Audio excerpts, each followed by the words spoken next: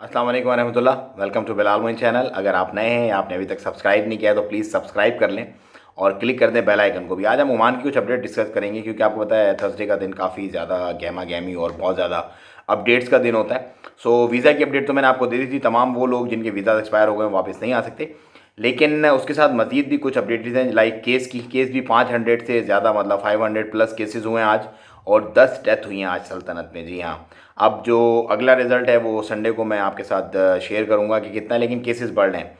लोगों को अरेस्ट किया जा रहा है। गैदरिंग्स थी एक एक्सपेक्ट्स की, उसको अरेस्ट किया था। फिर मजीद 9 लोग ऐसे हैं कि जिन्होंने वायलेशन की है, जो रात वाला जो कर्फ्यू है, जो रात वाला लॉकडाउन है, जो मूवमेंट बैन है उसकी, तो उन्हें उनमें से काफ़ी मतलब डिफरेंट नेशनलिटीज़ हैं और उनके लिए जो फॉरेनर्स हैं उनके लिए बहुत मतलब ये है कि 1000 रियाल उनको सज़ा है, अपना फ़ाइन है, 6 मंथ जो है वो इम्प्रिजनमेंट है और उसके साथ साथ डिपोर्टेशन भी है, मतलब डिपोर्ट भी किया जा सकता है। इसके साथ ही जो ओमानी हैं उनका उनके लिए भी इसी तरह का है कि 6 महीने इम्प्रिजनमेंट हो सकती है और 1000 रियाल तक जो है उनको फ़ाइन हो सकता है। और उनके नेम और उनकी फ़ोटोज़ वगैरह सब पब्लिश कर दी गई हैं, जो नेम एंड शेम का मैंने आपको कहा था। तो आप लोग बहुत ज़्यादा ख्याल रखें, मतलब ये एक सिवियर मामला है क्योंकि जो सुप्रीम कमेटी की वायलेशंस कर रहे हैं उनको अब आहिनी हाथों से उनसे निपटा जा रहा है। बहुत समझाया, बहुत बात की, बहुत आराम आराम से, मतलब जैसे कि समझाने का हक था, मुकम्मल तरीके से बता दिया, लेकिन उसके बावजूद भी जो लोग बाज नहीं आए उनके लिए ऑफ कोर्स होना चाहिए, सख्त सख्त से सख्त सज़ा होनी चाहिए। उसके बाद एक जिक्र करते हैं एक न्यूज़ का। एक न्यूज़ चल रही है कि यार कुछ मतलब लोगों को भेज दिया गया दुबई एयरपोर्ट से वापस, कोई तकरीबन कोई 700-800 के करीब स्टैंडर्ड लोग थे। सो वो डिफरेंट नेशनलिटीज़ के लोग थे, उसमें इंडियन भी थे, उसमें पाकिस्तानी भी थे।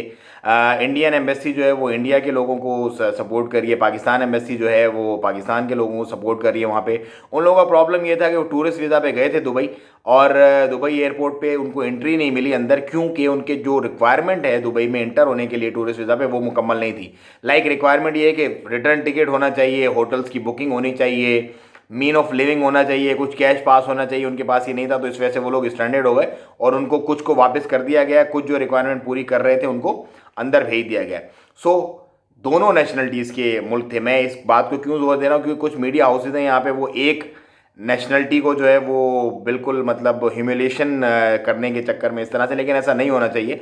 जो न्यूज़ हो प्रॉपर और पूरी न्यूज़ दें तो बेहतर रहता है। देखिए, हम सब लोग यहाँ पे पाकिस्तानी हो, इंडियन हो, बांग्लादेशी, कोई भी भाइयों की तरह रहते हैं। ये हमारा मुल्क है, इसमें हमें प्यार मोहब्बत और भाईचारे से रहना चाहिए।